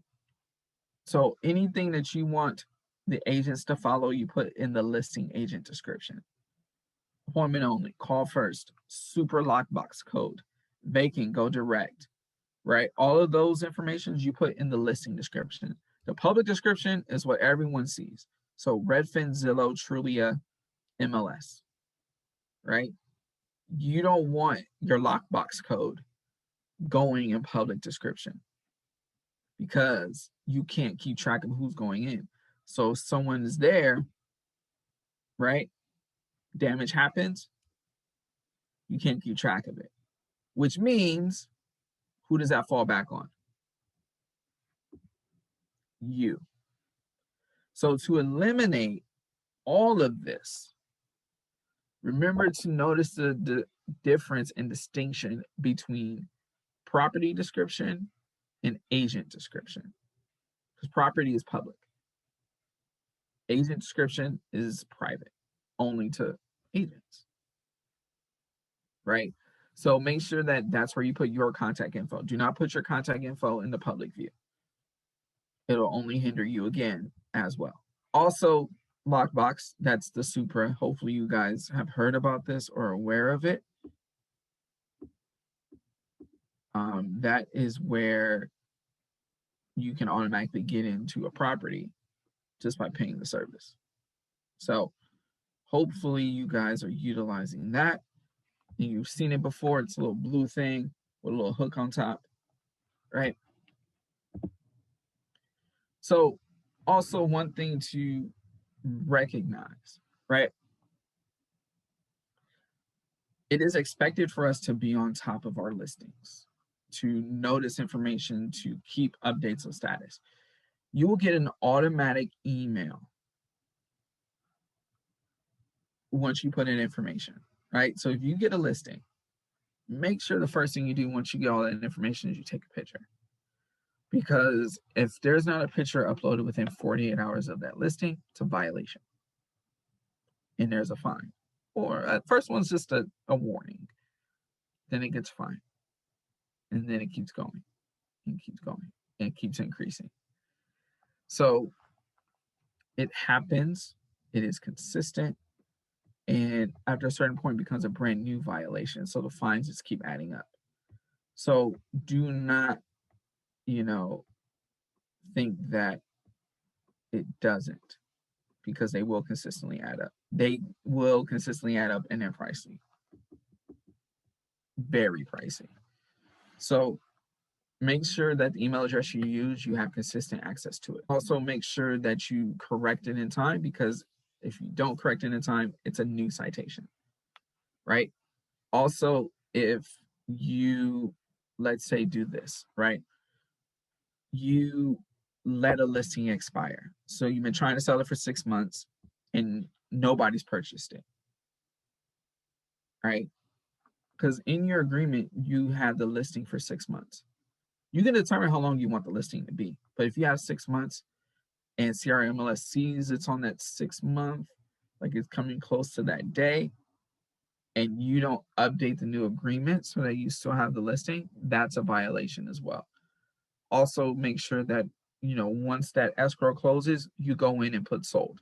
If you let it go to auto sale, that's a violation as well. So you just have to make sure that you update the system so that people of the public, are aware of updates and statuses and how things are going with the property. So we have to make sure that we're on our P's and Q's, right? This business is very great. It is a life changer as long as we do the small things, right? As long as we stick to our code of ethics and we follow these emails, because CRMLS sends them to us as automatic. We don't have to beg for the email. The emails come on their own. So as long as we follow them, we're good. So we just have to make sure that we follow the emails. Make sure that we are paying attention. We don't just delete them, because they'll tell us. They don't have an issue with sending out fines for us. We just want to avoid them. Right? So, top 5 MLS violations. Number 1, the photo. Photo of the outside. Once you get a listing, just take a picture of the outside. But also make sure your sign's not there. Don't put any signs up. Literally, like you would take a picture of your house when you first bought it. Just take a picture of the outside, you take it with your phone, upload it, and then, if you're going to get a professional photographer, you can literally have them come in later. But you just have to make sure that there is a photo up. Easily. Like you're going to take a selfie. Put the photo up. Very easy. Number 2, which I don't get why people do this because it's public information, but you put some form of your information, like a photo or, that sign that has your name on it and what company you're with, on the main photo of the MLS. So it's public view. Can't do that. That's a common violation that happens so many times. Because one thing is, it doesn't need to happen just because of the fact that your information is already there. Your information is on the bottom. Once they scroll down and they ask who the agent on record is of the listing, all your information's there. It's already present. So why do you need a photo? It's very common do not put any identifiable pictures on there. No brokerage, no name, no phone numbers, no websites, no email address, no billboards, nothing. Just a photo of the outside, photos of the inside, driveway, garage, right? Things about the house. Nothing that has your name on it. A lot of people violate the mandatory submission. It's number 3. So make sure you put it in within, I'm going to tell you guys 24 hours. It's 48. But once you put something off major like this past a day, you're automatically pretty much going to put it off the next day after that. So 48 hours is the max, but I say do 24. Heck, I tell you to do even 2 hours. You go to a listing appointment, you get the listing, pull over in Starbucks, upload the MLS listing right there. No fine. Nothing. There's a Starbucks in every area. It doesn't matter where you live. It's a monopoly. Just literally do it before you go back to your office or go home for the day. Very simple, very straightforward, and also make sure that the information is correct. Huge thing. Number 4, misuse of public remarks in media. This one is tricky just because of fair housing, right? Fair housing and ADA. So you have to make sure that, 1, you're not putting things specifically that can be viewed as discriminatory against those with disabilities, like walking.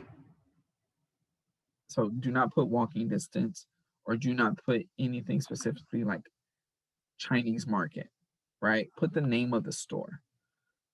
You could say behind the Buddhist temple, because if the property is literally behind a Buddhist temple, it's distinguishable.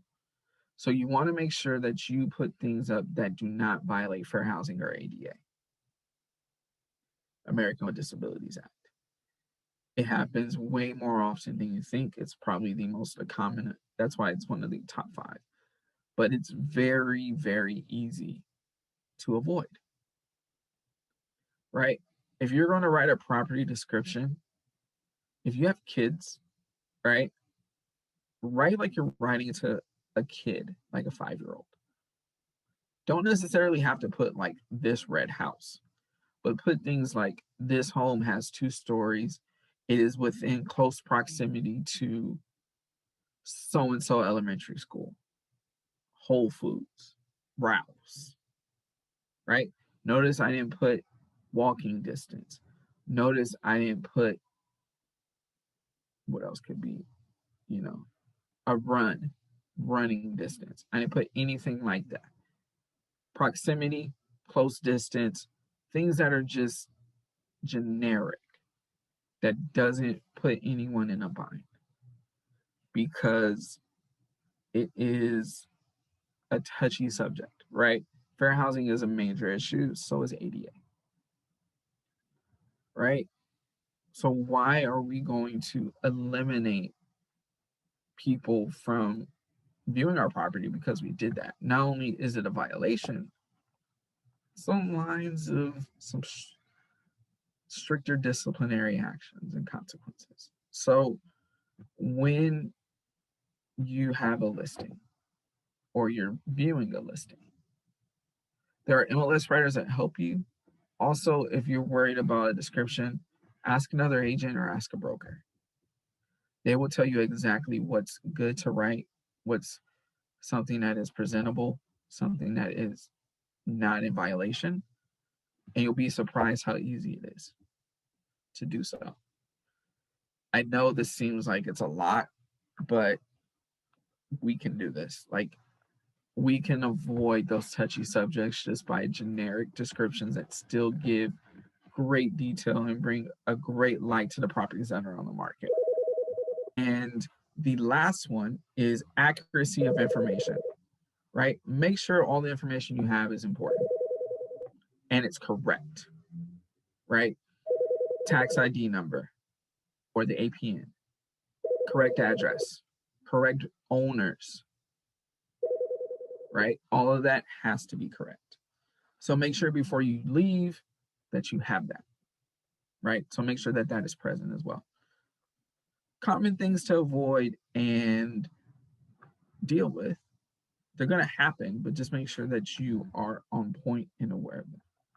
All right. Again, make sure you have that PED form signed before you enter the property. That is a must. You can send it on the day of, or you can print it out and literally hand it to them before you walk in. But just make sure that it is done before you step foot into that property. Very, very basic engineering, right? There's a lot of different ones. Just make sure you read the right one, just again, right?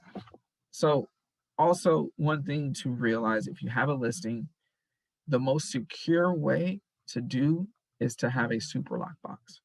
One thing they don't tell you is in the super lockbox, every time someone uses a Bluetooth, it's a super user. So if something happens on that property, you will know who's in that property, who's been there. So it allows you to keep track. Now, if you use a lockbox, something that has like a key code or a just like a letter code, it's not as secure just because of the fact that I could pass that information on to somebody else. But with the Supra, I have to have somebody's access with it because it uses Bluetooth and it uses a login. So get a listing. I encourage you to utilize Supra. Do not be afraid of any of this stuff. It seems so easy, so straightforward, and so basic that some people get kind of overwhelmed by it, right? So just like I said, once you get a listing, input it immediately. Don't wait any time. Make sure you have all the correct information before you go in so that there's just nothing to check. Make sure you keep all your statuses up to date, right? If you get, you get an offer and your client accepts it, switch it to pending. And if the other, the buyer signs active under contract, right? All of those have automatic statuses. You can literally go in, it'll take you 5 seconds to do, right? Do not ignore compliance emails, treat everybody fairly, right? All of these basic things, you do this, sky's the limit, right? So just do unto others as others would do unto you. Basic golden rule. All right.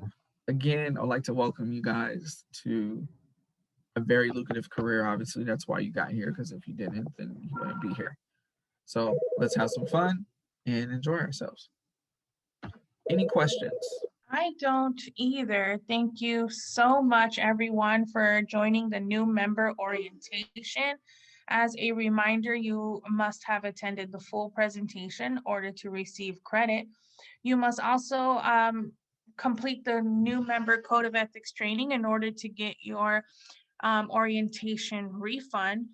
A recorded version of this orientation, as well as resources and a survey, will be sent out to everyone in no more than 3 business days. Thank you, everyone, and have a great weekend. Thank you.